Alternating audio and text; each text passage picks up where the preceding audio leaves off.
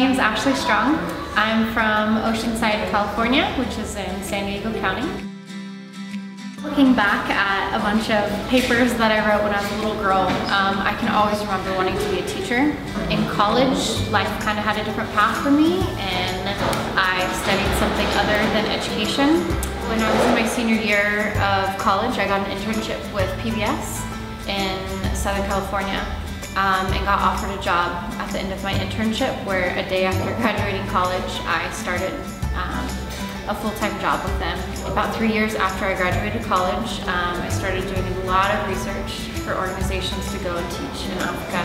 After some time, I found an organization, applied, got accepted, and before I knew it, I was getting on a plane to go teach in Tanzania. So while I was still in Tanzania, I started doing research on how I can further teaching without going back to school and getting my master's, and found out I just need a TEFL certification to do so. When I was taking my course with the International TEFL Academy, I was given an extremely helpful manual of all of the schools in Costa Rica. I sent out emails to about a dozen schools, heard back from a majority of them. A few were very interested and set up Skype interviews. And I was extremely fortunate in that the organization that I currently work for, I actually got hired before I came. So I came to Costa Rica with my job and very luckily with a place to live, as my employer had helped set that up as well.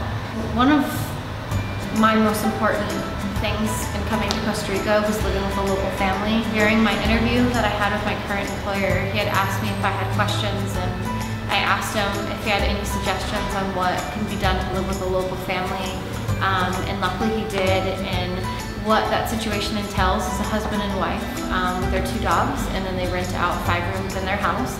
So currently we have people in the house that are from all around the world.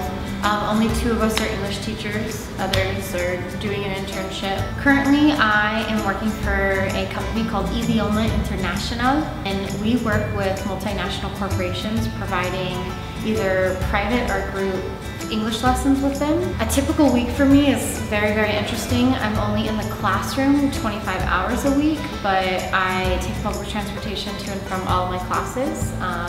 Some are really close, they're only 10 minutes away. Some take me 45 minutes to get to. A lot of my classes are private virtuals, which are done through either Skype or Google Hangouts. And then I'm required to meet once a month in person with those students, so there is still that face-to-face contact.